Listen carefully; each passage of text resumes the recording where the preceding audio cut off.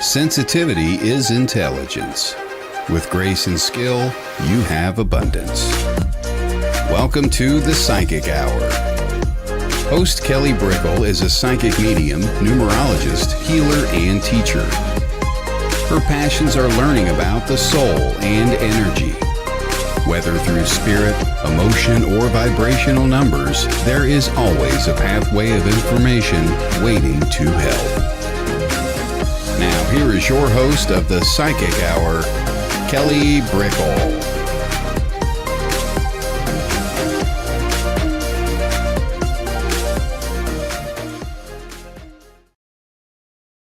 Hello, everybody, and welcome to the Psychic Hour on Sacred Spiral Network. Hello, hello. It's great to see everybody.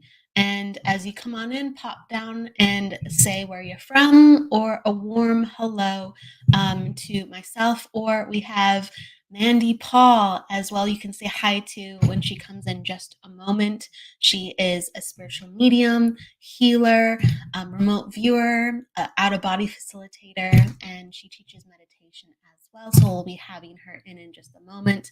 Hello, Seisha. Hello, everybody. Hello.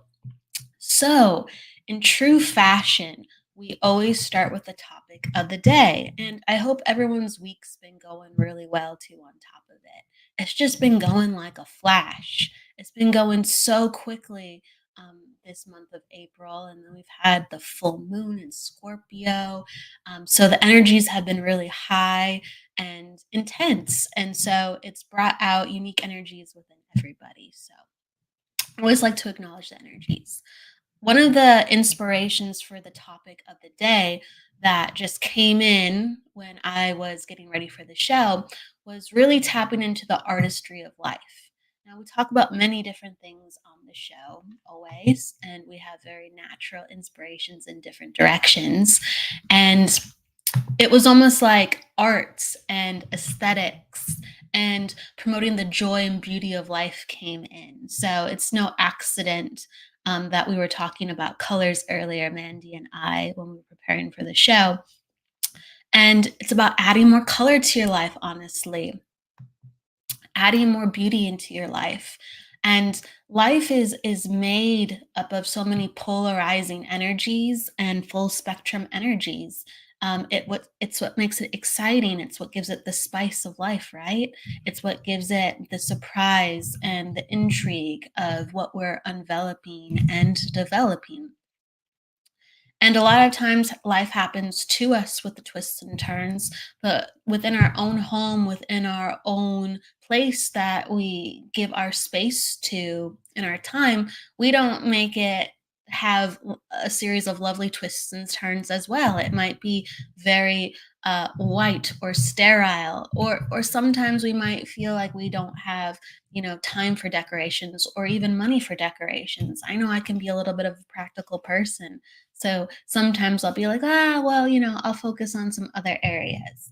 But really, the greatest time is always now.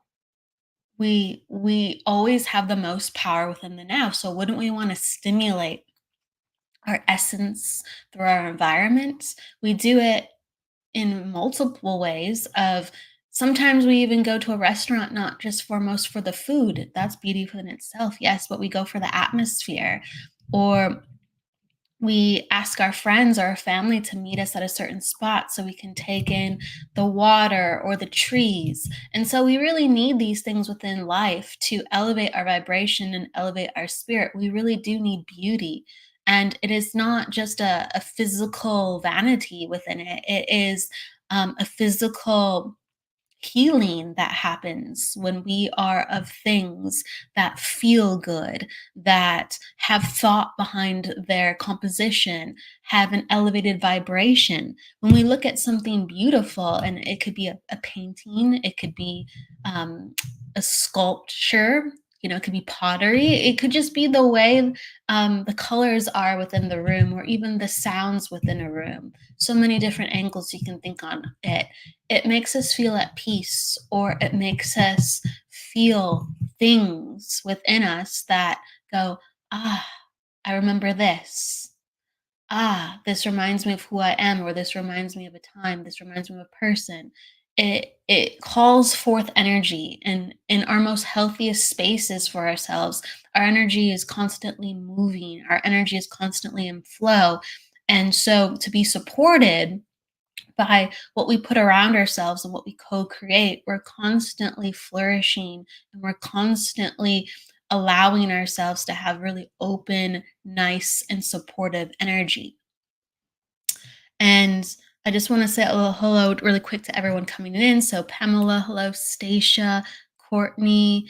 And yes, Courtney, now is the only time we have of certainty. Yes. So a lot of times we go, maybe tomorrow, maybe in a month, maybe in a year. And we say those things for accomplishments, but what about making our space beautiful? And what about making things within our lives just feel, look, sound, and be comprised of higher energy?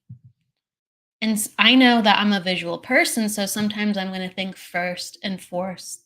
I'm just going to say first. I think first to just how things look sometimes, and then I go to the sound maybe next. But I'm very much a feeler and a visual person, and other people are sound, so they need to put sound within their houses. They need to have a certain kind of mantra, or they need to have a certain type of music that gives them an uplifting feeling or a calming feeling, to move their thoughts, to move their energy. It all goes back to, how do you want your energy to be moved? And the world will move our energy. People will move our energy. So we have to get into the mastery and the leadership of how do we lead ours. And sometimes we come back to our house, or sometimes we just sit in our car and we go, oh, my energy is so low. My energy is so tired today. Well, we all have things always at our disposal that can uplift our energy. And even within our mind's eye, meditations as well, with the visuals, as well as the mantras within our mind's eye that we can cultivate, or even hum to ourselves. That is all state changing. And it leads us to a more beautiful place because we feel so good afterwards. Hello, Jessie Cat. Hello, Kevin. Hello, everybody. So, the artistry of your life, and use your tools, use your gifts, use your inspirations, whatever they might be, something you already know, that you already love, or something that you want to go, I don't know what it is, but I'm going to sit down and I'm going to figure out how to make this room or this place or whatever I'm doing have a little bit more touch of spirit, a little bit more touch of thoughtfulness, a little more touch of love. Whatever vibration you choose to bring in, know that we are alchemists in life, and use it to heal, put a smile on your face and others.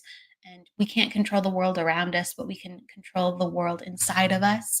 And also sometimes we can control the tiny spaces that we can cultivate and create sacred for ourselves. So bring in some art, bring in some light, bring in some color, bring in some vibration that is sweet, succulent, and a good time.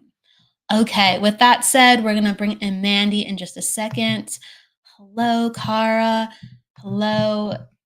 I love Courtney's comments. A touch of your own spirit in your world. Absolutely. Absolutely. Music, singing, and dancing. Yes, yes. Move your body. It's not just about even thoughts or creations, about how you move your body. I love it. Yes. Hello, hello. So let's bring in Mandy and let's give her a warm welcome. Hello, Mandy. Hello. Hey. Hey. Hey. How are you today? I'm lovely, but what a wonderful exploration that you did there. Absolutely amazing. I was listening really intently and I felt really energy going through my body as you spoke. It was wonderful. I try to bring enthusiasm. I Yes, really do. fabulous. It all comes in for a reason. I Yes. want to make sure enthusiastically as well to introduce you, for people who either know already about you or learning about you for the first time.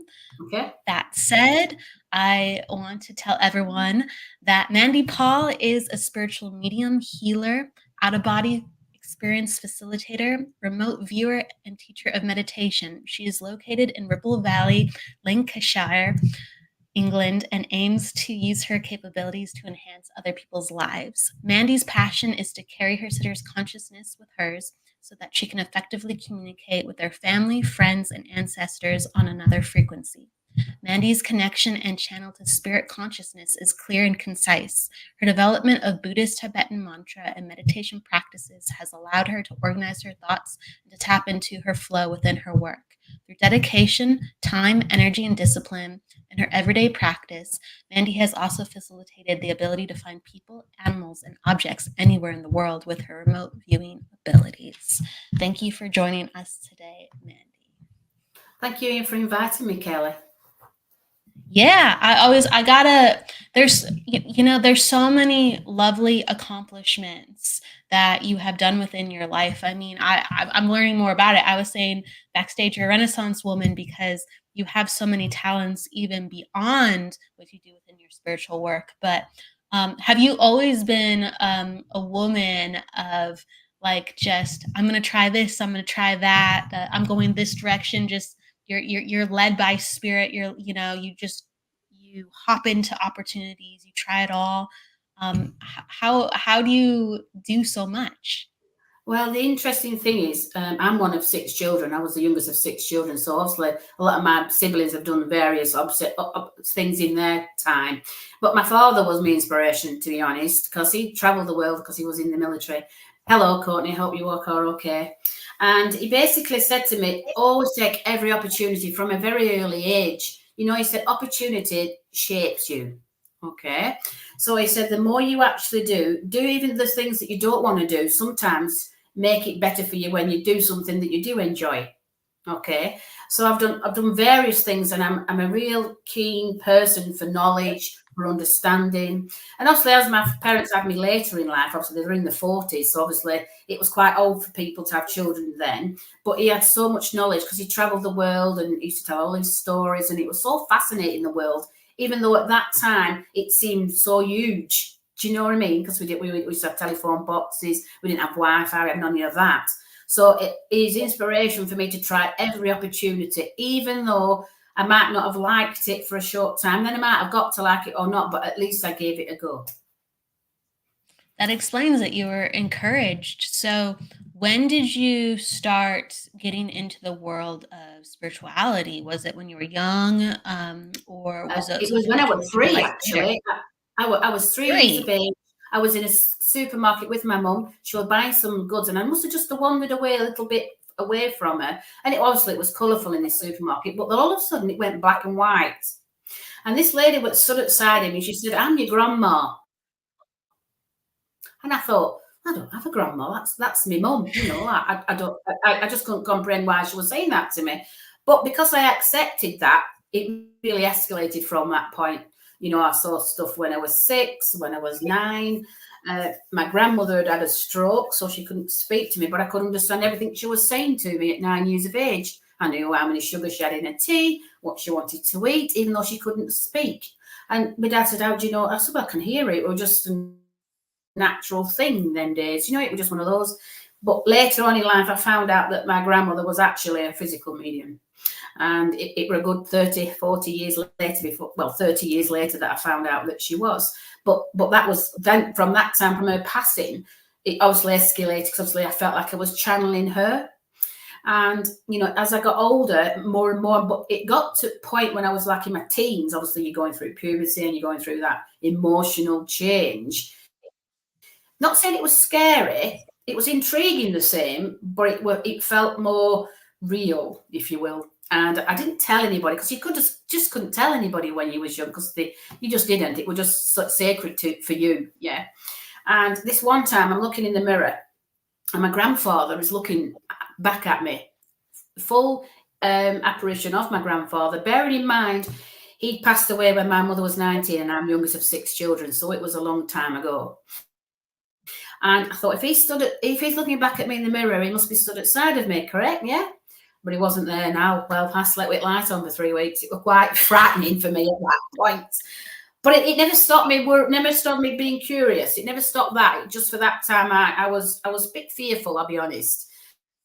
And I thought, well, it's clearly coming for a reason. There must have been something in my life at that time, and you came to reassure me. I felt. So Yes, obviously, then I continued to. Yeah, during my teenage years, and I think it must have took a back burner. Then I had children, got married, had children. Then when my mother passed when I was 30, it really escalated from that point. And so obviously I did platform, I've done readings and such things, healing. And I've been really intrigued about obviously the remote viewing and the out-of-body experiences, but the remote viewing literally found me. But before the remote viewing found me, I obviously that was a really intriguing time when I think back about it.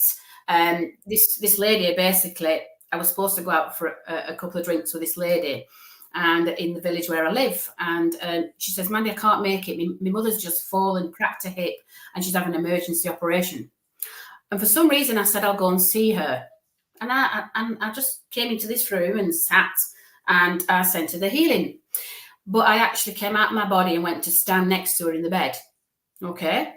And I remember the doctor telling her that she'll be having this operation and it's this long, that long, and she'll be home in 7 days. And I turned to him and said, "No, she'll be home in 3. Okay.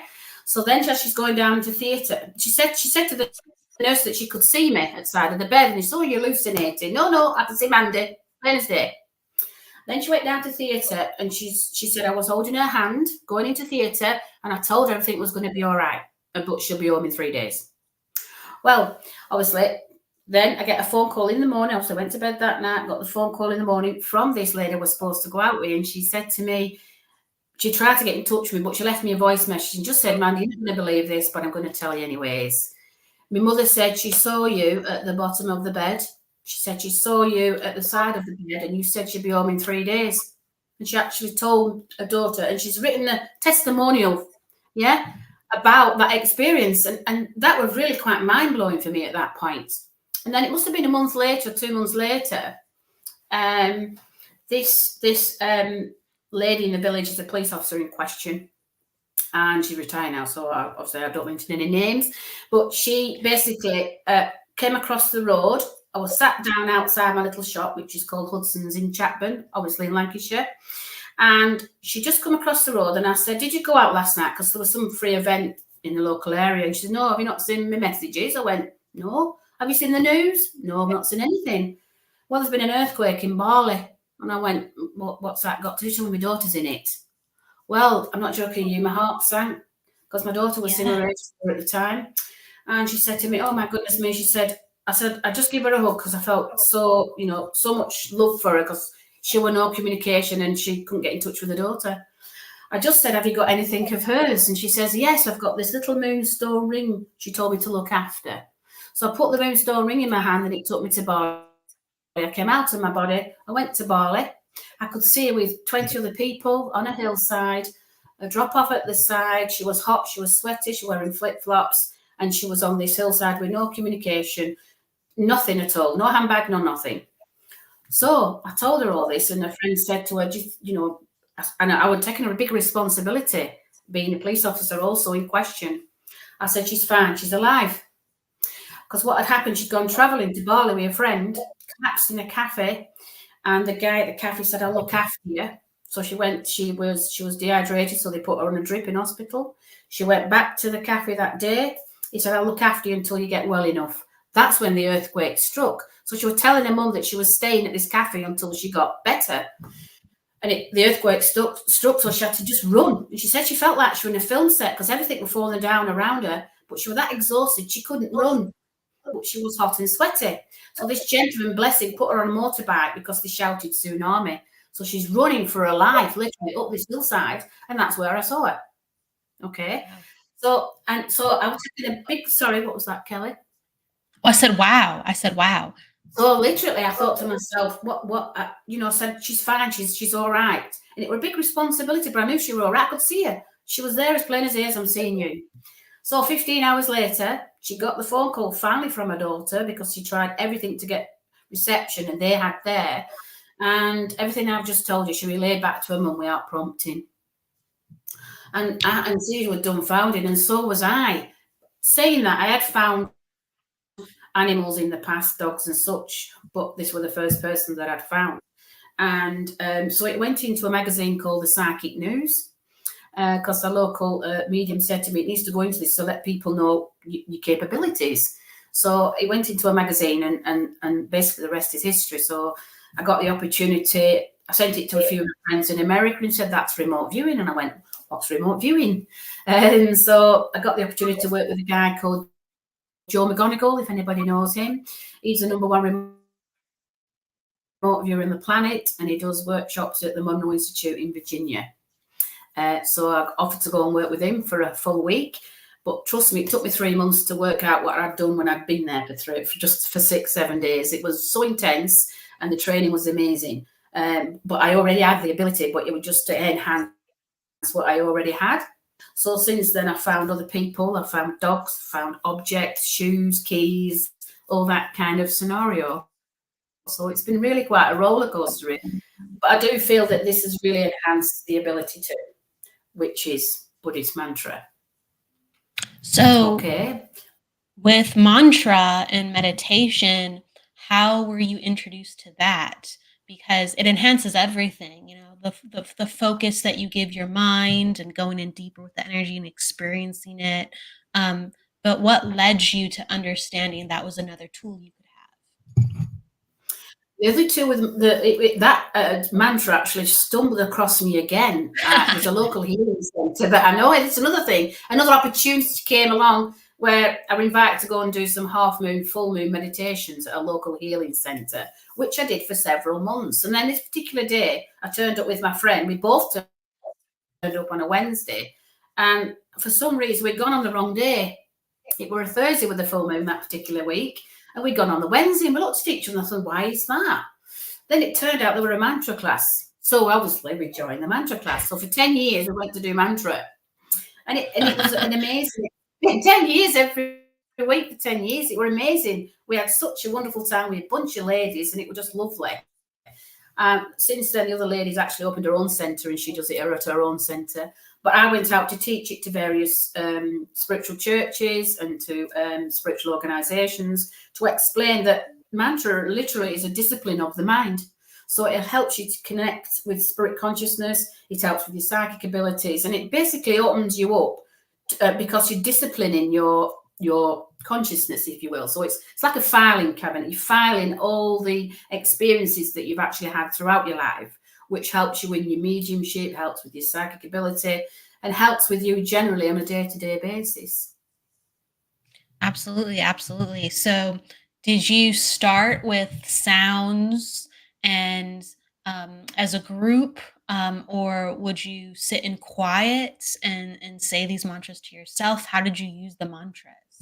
Well, in the classes that we actually did, we all got the opportunity to choose a particular mantra that we thought was for us at that time. So you got a number, you picked a number, and that number represented you for that particular moment in time and space. And you'd read what that actually mantra, oh yeah, I can relate to that. It might be for spiritual growth, it might be for love, it might be for healing, and so forth. So they're all different meanings for different mantras. And it was the precise one that you actually needed at that time. You might be feeling emotional, so you got an emotional love one. Or there you got something, if you know your leg, you got a healing one. You know, and it was really interesting how the universe, like, you know, decided that number was going to be for you. So we'd all sit in a group and we'd all get the opportunity to do this mantra. Bearing in mind we had an hour. So a mantra is usually 108 times, which is 108 beads on all mala beads, okay? So sometimes we do either 54, 27, or 13 mantras, depending on how many mantras we were able to get out in that group, depending on how many people are in the group as well. So we'd obviously start the chanting, and at first we'd read what the words are, and then, you know, we'd resonate with that sense of feeling of what we needed at that point. So the energy was gathering in the center, obviously with all the sound, it was going around, but it starts off with the energy in the center, and each and every one of us was receiving that together.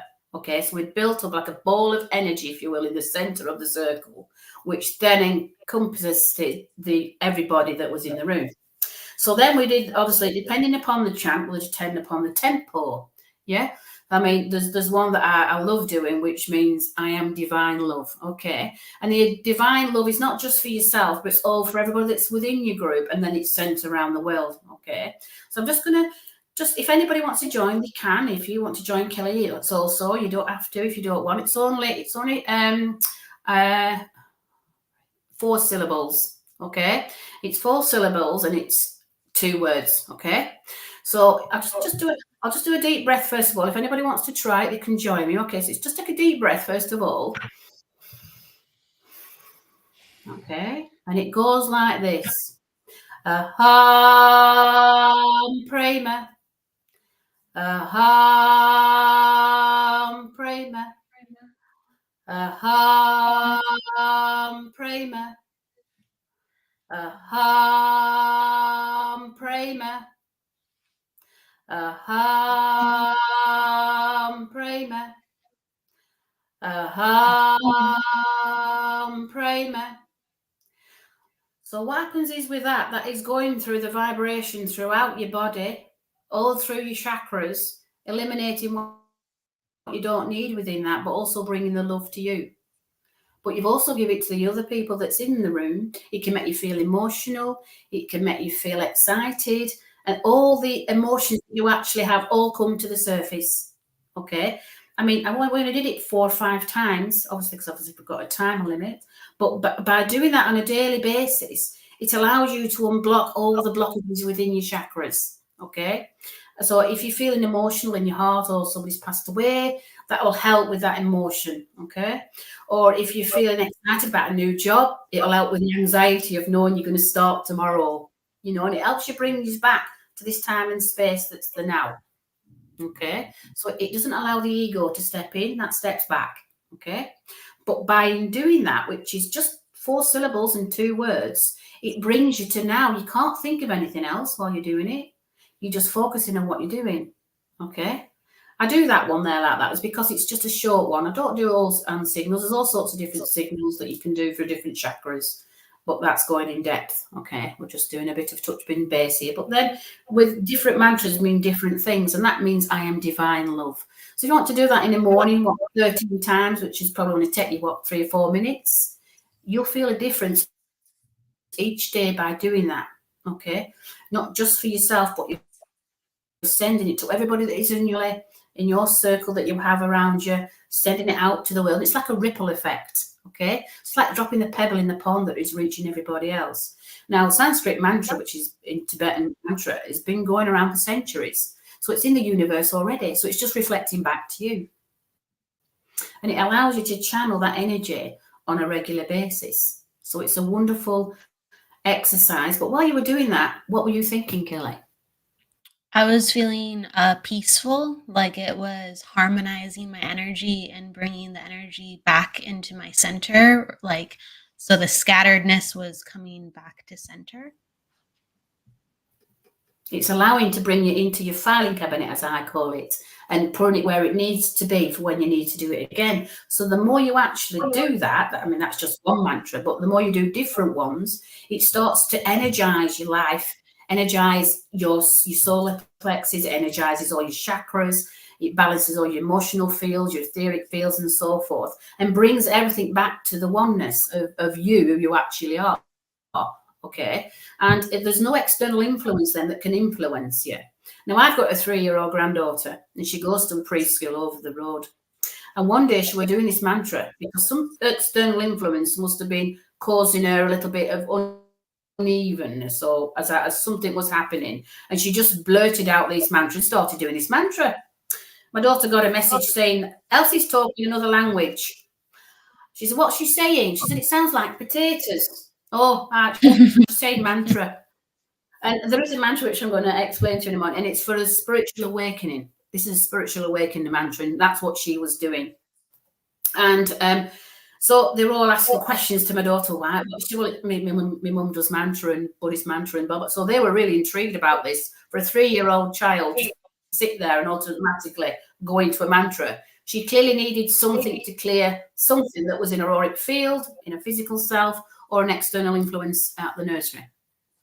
So if she has that now at 3, she's going to be all right for throughout her life, allowing that to bring her to a center, if you will, the core of herself.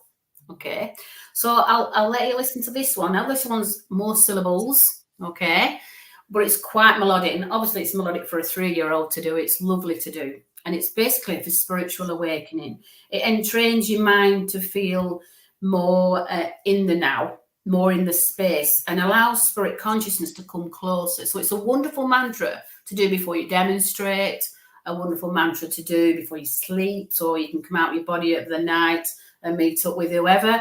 But it's a really good mantra to practice, because you can do it even without speaking it. You can do it in your mind, on a train or a tube or on a bus or a plane. You can still do it within your thoughts, okay, because you're still sending that out as a ripple. Okay, so this one I'm trying to work out how many syllables it is.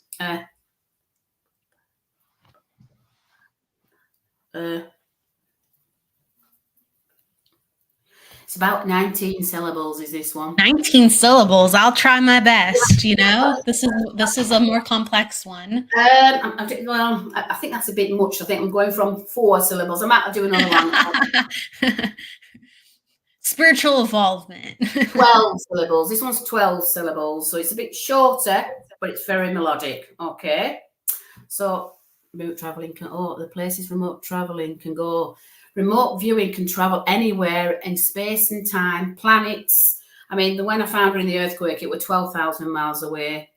So it can go in, and there is no time and space between that, Courtney. You know, when you're remote viewing, you leave your etheric self leaves your physical body and goes to the destination of what you need to look and view and see. Okay, and you can go to the moon, you can go to Saturn, you can go absolutely anywhere in the universe. Yeah, you can go to the bottom of the ocean if you need to do that. Okay, and it's just a wonderful exploration that we all actually have the ability, but the strength's the practice. Okay, this is what I practice on a Thursday in my group, and I'm quite happy to let you to join the group to see if you want to experience it. So you have to notify Kelly or notify me, and I'm sure she will explain that later. Okay, so we're going to do this mantra now. Sorry, Kelly. I said we'll pop down some of those groups later if people want to have access to the resource. Okay. Yes, but with the mantra, this really helps stretch the mind for that remote. Yeah, this one's a really spiritual. This is really good for a spiritual awakening, for the spiritual mind to be in this space and now. So when you do demonstrate, there is no external influences that's creating. You're not thinking about the shopping. You're not thinking about, I've got to pick my child up. I've got to set them jeans out. I've got to do this and all this at home. So it allows you to eliminate all them thoughts that you don't need at that moment in time. Okay. So we'll do the same thing again. We'll take a deep breath.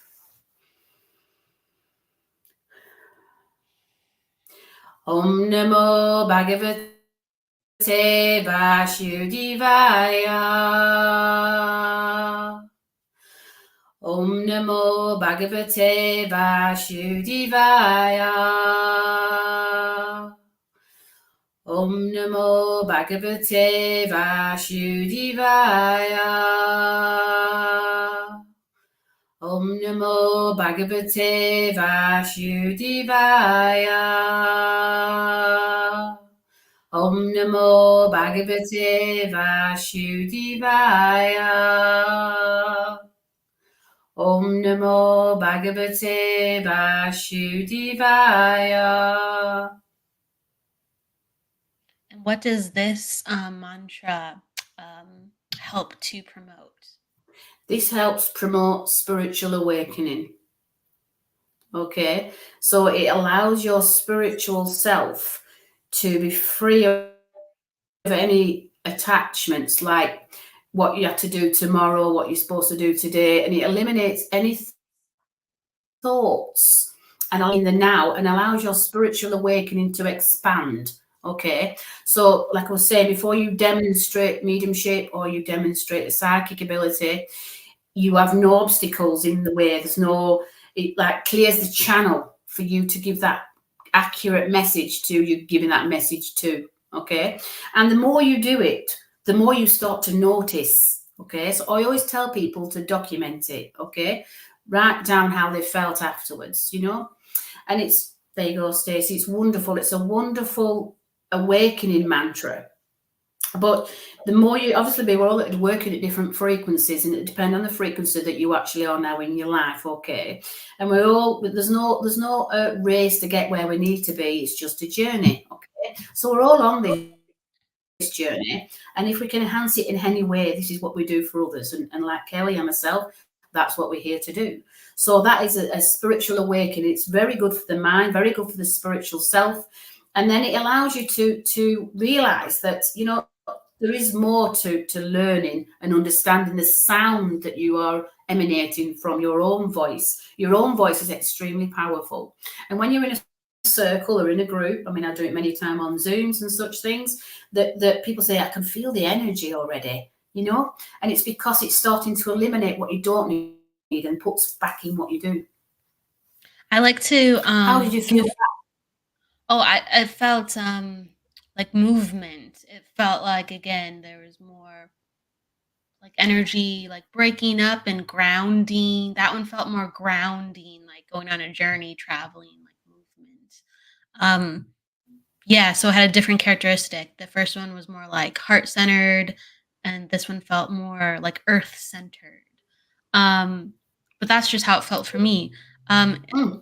If I may ask too, so I like to give people like a window into what it gives the person doing it. So it inspires them to go, oh, you know, maybe I can try it, or maybe, you know, this can benefit me in this way. So when you started doing mantras and spiritual development work in this fashion, um, what energy centers or parts in your body did you feel the most energy release?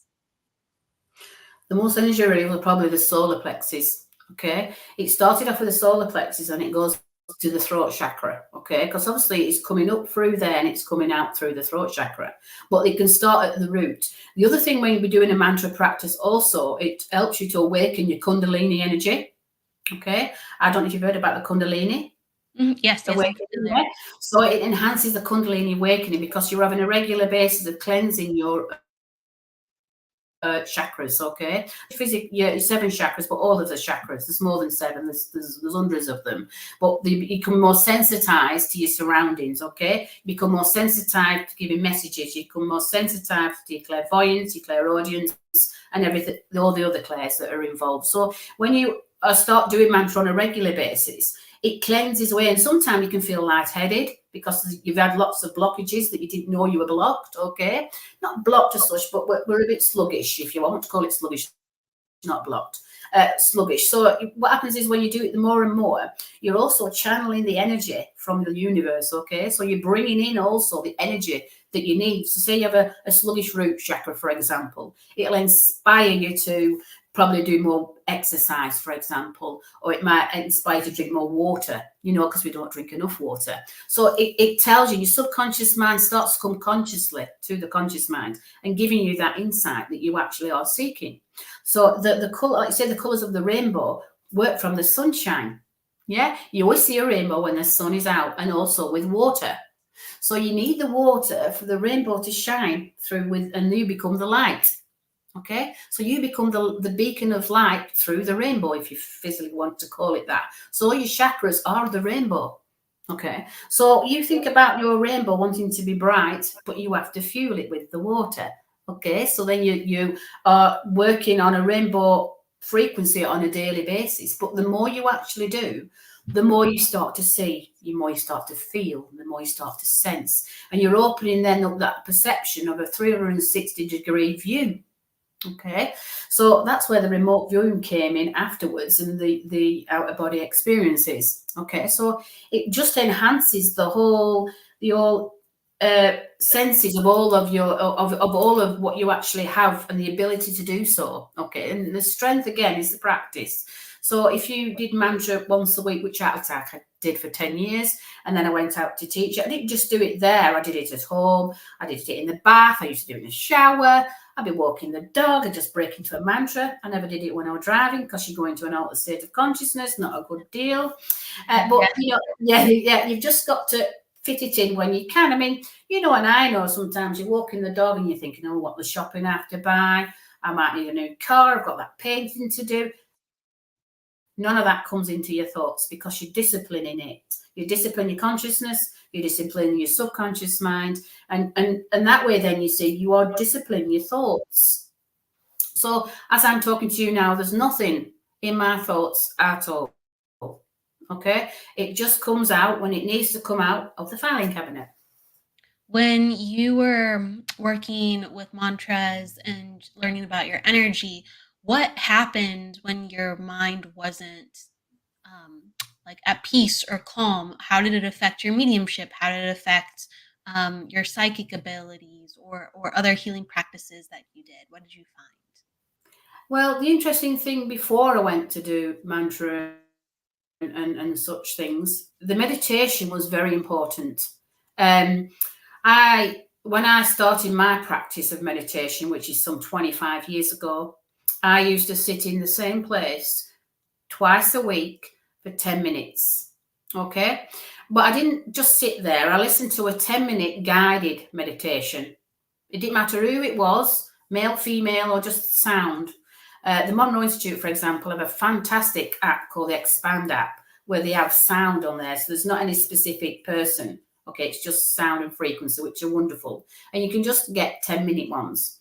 So you got to listen to this particular 10-minute one for 4 weeks, twice a week, 10 minutes, lock the door, no phones, no attachments, nobody ringing you, no disturbances, in a quiet space, okay, for 4 weeks. And then after 4 weeks, for the next 4 weeks, you then listen to a 15-minute meditation, either guided or just sound. And then for the next 4 weeks, which is a 12-week block, if you will, you then listen to nothing and sit there for half an hour. But you must always sit, never lay down. You just fall asleep. So for half an hour, twice a week for the following 4 weeks, and then keep doing that. You can introduce more days if you've got more time, but always in the same place. Yeah. And you can always, if you wanted to listen to a guided one, that's fine. But what has happened then by then, your conscious mind and subconscious mind would have started to be entrained, if you will, to not listen to sound. Okay, so then you're having a reversed effect upon the sound, because you needed the sound initially to stop you listening to the external influences. Okay, so like I said, 4 weeks, twice a week, same space, 10 minutes guided. You can even put earphones on if you feel more comfortable, but it's better if you didn't, because you need to listen to all the other stuff that's in the sound. Okay, so it's the sound that starts to do the healing and the sound that starts to entrain. Okay, so the other factor also is, like you say, for the next four weeks is a bit more time, 15 minutes, yeah, guided again. You can have a listen just it don't have to be the same one. It could just be music that's meditation music, yeah. But the Expand app has that on there, and I'm not promoting it because it's a wonderful app. Because I've been at the Monroe Institute a few times and worked with lots of sound with them there. So that with that. So then, like you say, for the 12 weeks, so by then you see you've actually trained your subconscious and conscious mind to be in sync with each other. So then you can then enhance your meditation practice. And if you go on holiday, you don't have to meditate. You still can have a holiday. There's not a problem about that. You don't have to worry about that. Or, if you're having a baby on that day, don't worry about it. It's just one of them. But twice a week in the same place. And if you want to do it once a week, spirit consciousness know that you're going to be sitting for the consciousness for you to learn and to understand and develop yourself. So been doing so. Now I can just sit here now and just meditate, and I can just come out my body, can come on sit next to you, Kelly. Well, I think where you're sat at your table. You could come into the room. You might. There's a lot of it looks like come into the room. I was going to say it looks like a very plain room, but there's actually a lot of really cool objects in here. A lot of really cool objects that make it. There is a lot of color in there. Even though I can see the color on the wall, there is a lot of color in there. There are a lot of colorful things in here in various forms. Exactly, it's true. Yeah, a lot of shapes and sizes. Crystals and stuff, selenite, rhodocrosite. Yeah, a lot of colors in there. A lot of different things I could grab, actually. Bigger than that too. Anyway, so what was I going to say? Oh, what I really loved was that you brought up a point, like we've trained ourselves to, shut our mind off to certain sounds, to certain sensations, and we're training ourselves to do the reverse. And so I think that's a great way of putting it, that sometimes when we are going into meditation or mantra, especially for extended periods, our body almost sometimes wants to sleep or check out, because we naturally do that when we are tuning out spirit or frequencies, or we've been taught not to look there, not to pay attention to this sound. That's not real. That feeling's non-existent. So it's really interesting what happens when we're starting to develop and push past ourselves in these certain capacities. Yes, definitely. It is a wonderful discipline. It's a discipline. It's a discipline of the mind. True. Mantra is a discipline of the mind, because you have no choice but to mantra, and you can't let any external influences to interfere. And like I say, with my granddaughter, the same scenario. She didn't allow any external influences to interfere. So there were nothing impinging upon her which would cause her any distress or anything else. So let you sit for that time. And sometimes when you start doing it, you think, what am I doing it for? But you really, when you start to do it. Hello, Rebecca. How are you? This is a wonderful lady that we're going to do some traveling with. Okay. So the interesting thing also with the meditation practice, when you start to do it on a regular basis, the fundamental thing, hello, Debbie. How are you? Lovely to see you. Is to surrender. That's the most important thing. When you sit for your first time, when you set yourself up, you're going to sit there. You're going to do it twice a week. It can be any day twice a week, but as long as it's in the same space, okay? You could do it Monday and Tuesday, or you could do it Thursday, Friday. You could do it with Thursday, Tuesday, whatever you wanted to do it in, when you can give yourself half an hour of time, which is an hour a week, which is what? Nothing really, is it? You give yourself plenty of time in the bathroom, plenty of time cooking that roast or whatever you do, and you've just got to give yourself that time, and it's for you, for your development. An interesting thing, when you sit there, and you could actually just take a deep breath and say to yourself or out loud, I surrender. And in doing so, you're actually giving your subconscious mind permission to allow you to do that, because sometimes in life it can just be a little bit fast. There's too much going on, too many expectations of you for doing this, that, and the other. Hang on a minute, what about me? It's not selfish to give yourself that half an hour, or should I say that hour a week to yourself. When I did it years and years ago, my children was, well, not small, but I used to put a note on the door and said, Mum meditating. And it was just a little reminder to say, I want half an hour for me.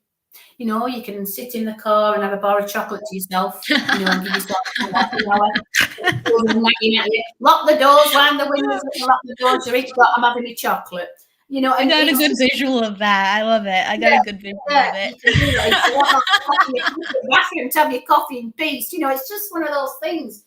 So you need that time for just you. So it's not anything to ask from yourself, but it's good for yourself. Yes, self-care, that is the one. You have to give it to yourself.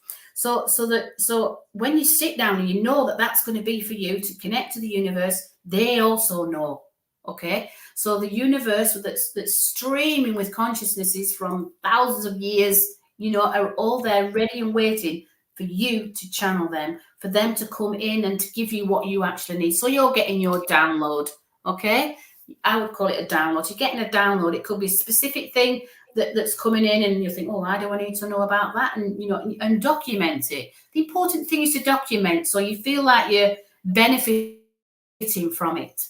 Date it, write down what you felt, how you felt. You could even write down how you felt in the morning, and then things start to get lighter. It gets lighter. Okay, and then there is no urgency. The earth will then, and the people around you will start to slow down, and you'll start to notice. You'll start to emanate this energy that's allowing everybody else to slow down as well. And that's what we're here to do. We need to. Yes. I do think like we have to discipline our energy. And so that's talked about a lot, but then we don't really go into why that's so. And I think mantra really takes us to that direction. I mean, I do think it's beautiful when we can say more elongated phrases and get into a trance. I think that in meditation, it's very beautiful what naturally comes up too.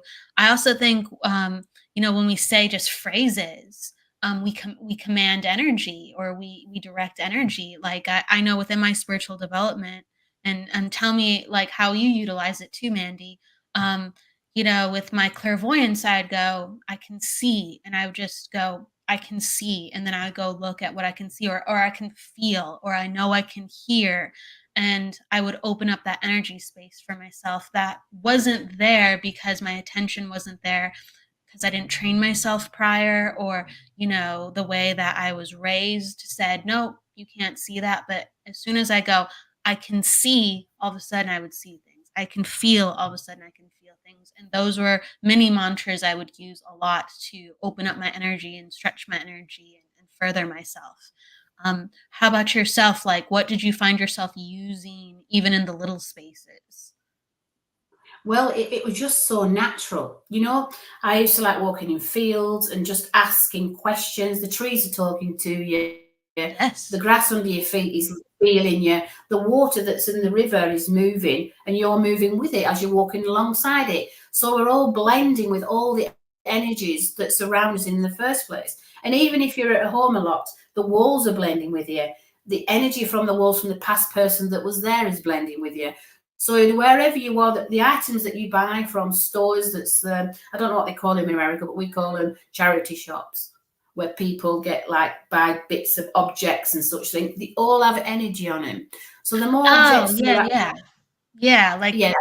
like a Goodwill, or a donation center, or secondhand there could be balls in there that have been there 50 years in a lady's house, and you've touched it, so you've got the energy of that lady there. So the more things that you actually touch, feel, and smell enhance all your gifts. Okay, so going outside, touching animals, dogs, horses, cows, even, everything that you actually touch and feel enhances your abilities. Okay, and the thing is with that is it could be anything, anywhere. So the more you touch, the more you sense, the more you feel. All them senses come together: tasting, smelling, they're all there. So they just enhance your perception, okay? And it heightens. The more outdoors that you are, traveling, anything, and I used to see all the films, like, for example, on Wizard of Oz, where she meets up with that gypsy who's got a crystal ball and such things, and she's intrigued by that because it gave her something that she didn't know, and she's intrigued by that. So it sends her thoughts off into other directions. So the more you actually allow yourself to touch, the more you allow yourself to feel and sense and know, more signs will start to appear. Yeah. I'm on a journey today with a really good friend of mine who's staying with me from Holland. And we went on this long road, and we were just talking about healing, and then a train passed. What's the chances of that train passing?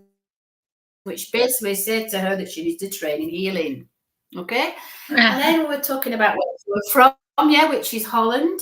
And then I mentioned about a windmill that my brother fetched back when I was a child from Holland. And then we see a windmill.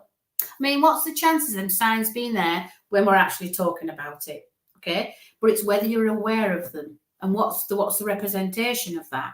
It basically is telling you that you're in the right place. Okay. You're going to that destination, which you went to a Buddhist temple today. So I know I was in the right place. Okay. So you get to know more. Your senses are heightened. And if you didn't feel right, you would feel it in your gut, as they would call it. Yeah. Your intuitiveness would say, no, I'm not supposed to go there today. Okay. But your spirit consciousness knows where you are 24/7. All right. Knowing exactly what you're doing. And it's up to us to be aware of that 24/7. You don't need to go in a spiritualist church to communicate with consciousness. You could be in a bathtub. You could be in a shower. You could be on a bar, walking in mud. It doesn't matter where you actually are. They want to utilize you for whatever that reason is for that person that's walking in front of you. Give it. I have a shop. People walk in, and sometimes I get a message and they don't even buy anything. And they're that shocked by the message, they leave. And I think, oh, shouldn't have done that. But they come back and explain why and what for. Then it makes sense to them, and they needed it at that time. Okay. But I can't stop them sometimes. They just come in and they're pestering, and they're really. And I explain that I'm a medium and a healer, and I have this person for you. You either can have it, and then they go, oh, yes, please, and they want to know. And the next thing you know, they're in tears. So obviously they needed it at that time, and they had no idea that I was a medium. So it can be a bit, and some people will call that lack of discipline, but sometimes if they didn't want it, would have said no, and then they would have stepped back. Okay, so that's fine. So allowing yourself to be yourself is the key. Don't feel judged. Don't feel that you can't do that. Well, why can't you? 24/7 for them, it's 24/7 for us. So what's the difference? And everybody, is always searching for something, always searching for more, and us as mediums and psychics and such things, if we're here and helping people, and that's our purpose, so why not? Yeah, why not? I mean, anything is possible. We just have to allow ourselves to understand that we can get there sometimes slowly, quickly, or in an instant, and to be open to all of it. But sometimes it takes training. Sometimes it takes discipline. It's a training and discipline, so the mantras are very disciplining because Buddhist mantras been around for centuries. Why does it have to be in a monastery? It doesn't have to be in a monastery. Why is it in the world? I don't feel like there's enough of all these things that's all locked away when everybody should have the entitlement to know about it. And like these mantras that I know were given to a lady that were from a monk, who then translated them into English for her. And I asked her if I could use them, and she said yes. So that's what I did. I asked permission first, of course, and then that's when I went out to do it all. And they were all his own, you know what I mean? So when you have that, it's like a gift. Again, that you've been given another gift from somebody unexpected. Always accept every opportunity that comes your way. Even if you're not sure of it, say yes first and then work it out later.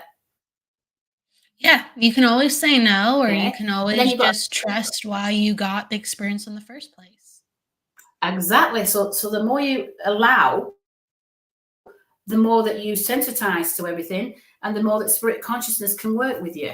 All right. So then they come extremely close. They can manifest themselves. We call it spiritual mediumship here. I don't know if you do there, materialization. There was a wonderful woman that was imprisoned because she could bring forward physical people that had passed away. She was called Helen Duncan. A bit of homework for you there. But if it hadn't been for Helen Duncan, there wouldn't be mediums today, because she brought forward, should I say, her granddaughter brought forward the fraudulent mediumship act so people could continue and do this kind of work. Fortunate for me, I know this granddaughter, and she's stayed with me a few times. So we have done some work together, and she's a lovely lady. She lives in Tennessee.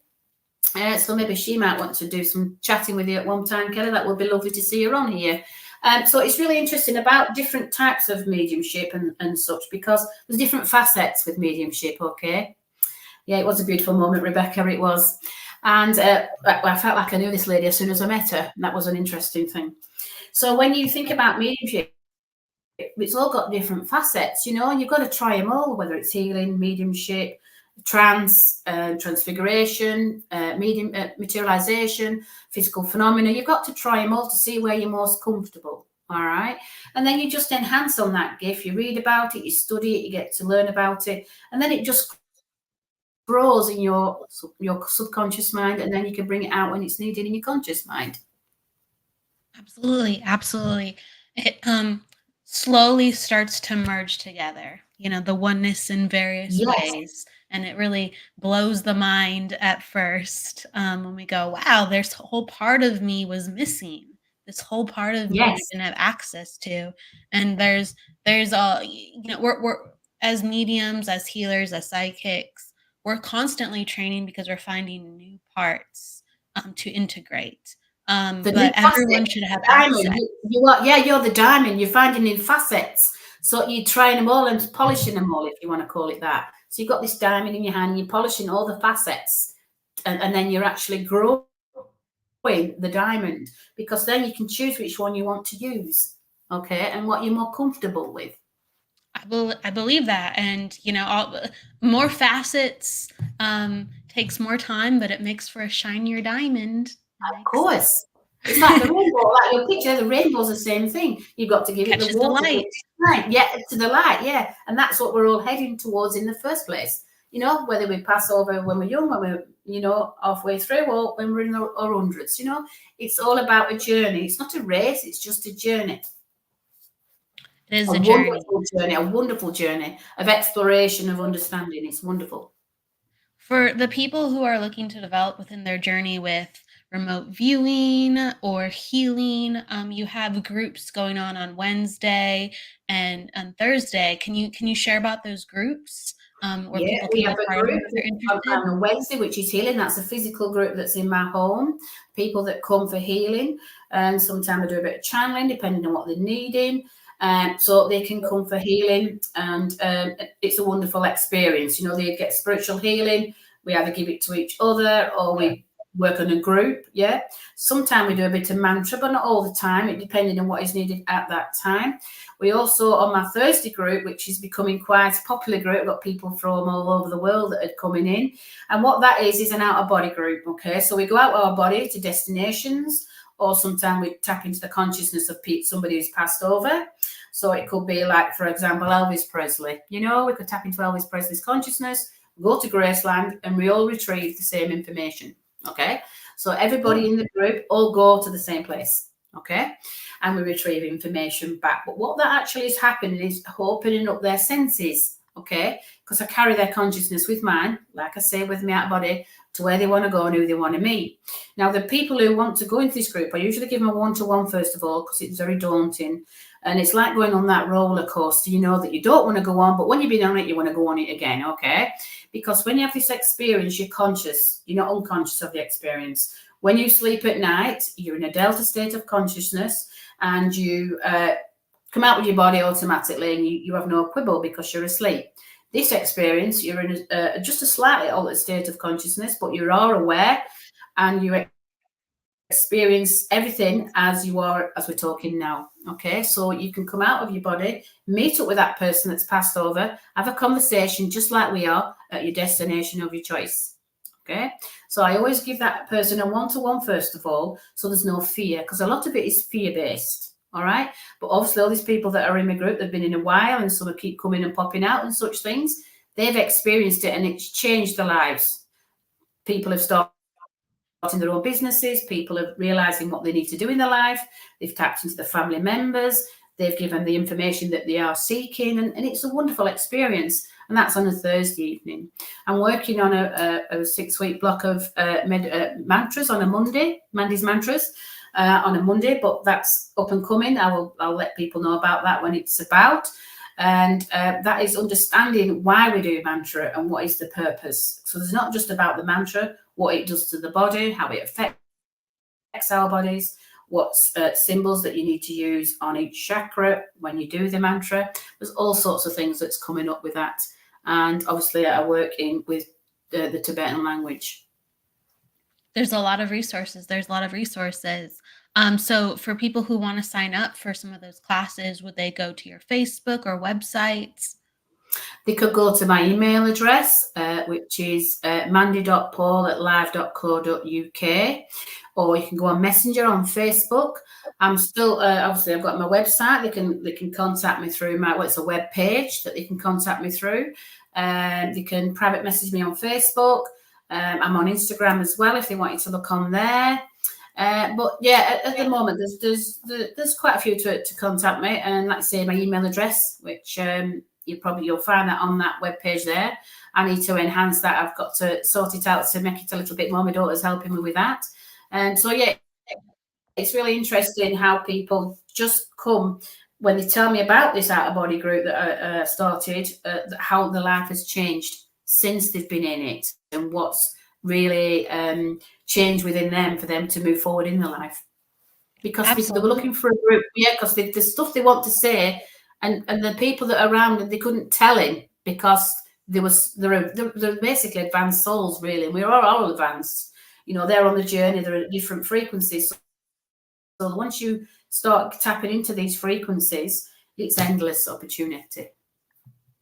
It's very important to have a group, a development circle, or a community where you can start to learn these things about yourself. It's very, very important.